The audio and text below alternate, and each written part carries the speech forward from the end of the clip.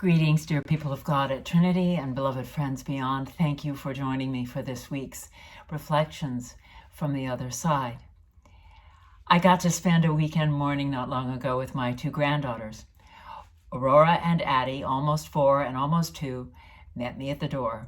Addie was draped in the long strands of necklaces I've taken from my jewelry box and given to her. And Rory had 5 or so ribbons in her red hair and a rainbow tutu worn over her leggings. It took only minutes upon our arrival for them to sweep me into their most wonderful, imaginative world. They took me outside and got out equipment to bake a delicious cake out of blue play sand with white rocks for the icing and dust and flower petals for the sprinkles. They decided to open up a shop out of their playhouse and to add bouquets of yellow daisies for their inventory. Let's see, I was a baker, I was the customer, and I was the birthday girl being sung to as my birthday cake was placed in front of me. Did you know that twigs make excellent candles?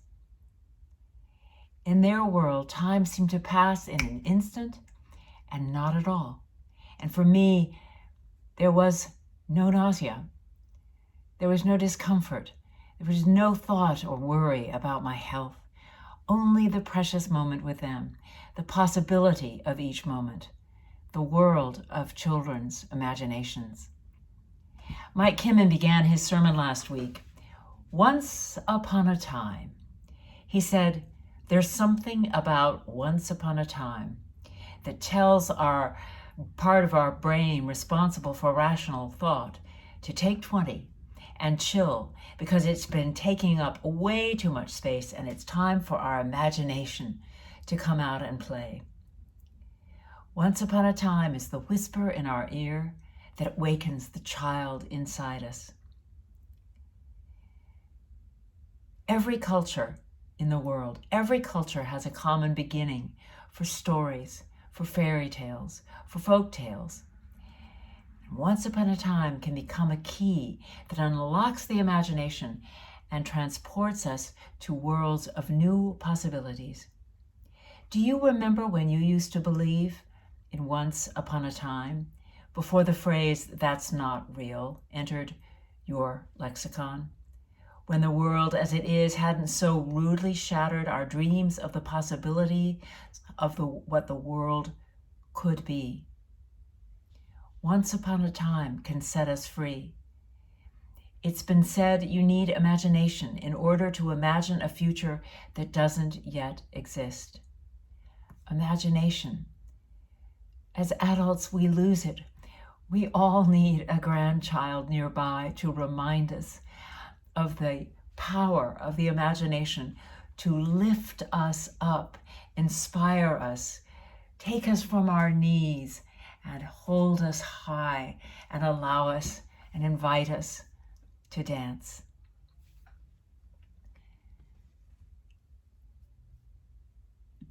One of the glorious things that I do with my grandchildren is I read bedtime stories.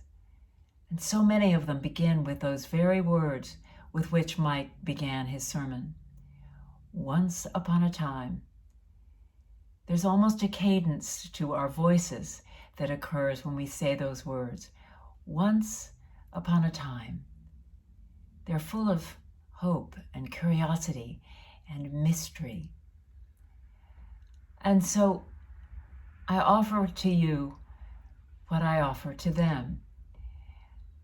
I offer a time for you to be read aloud to. And here it is.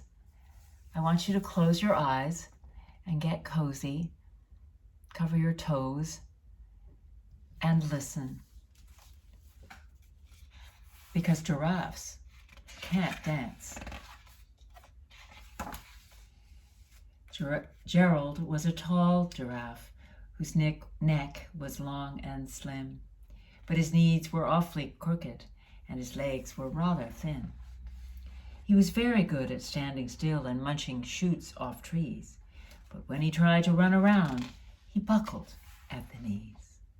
Now every year in Africa they hold the jungle dance, where every single animal turns up to skip and prance. And this year, when the day arrived, poor Gerald felt so sad, because when it came to dancing, he was really bad.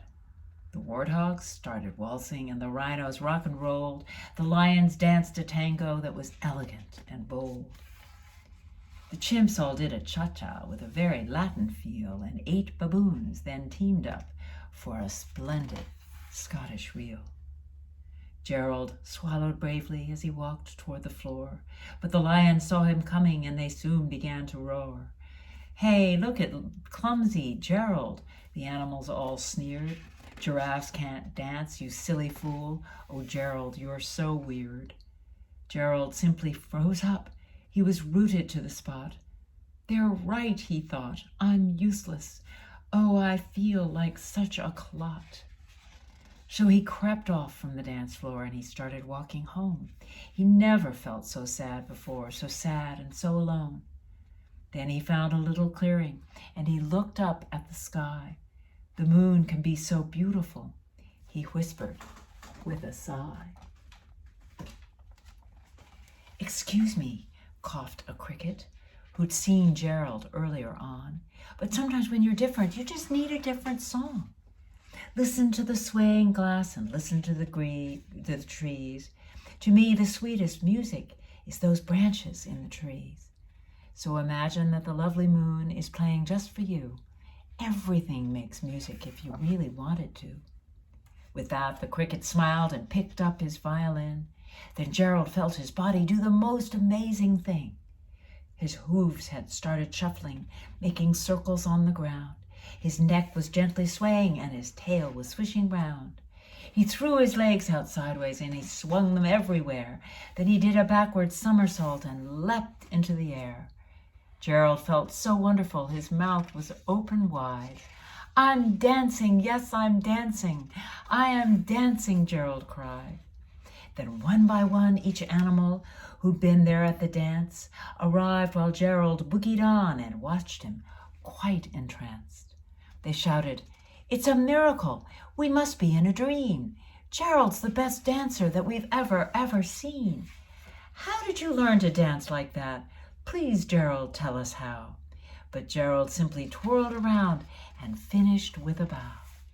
Then he raised his head and looked up at the moon and stars above. "We all can dance," he said, "when we find music that we love." Amen.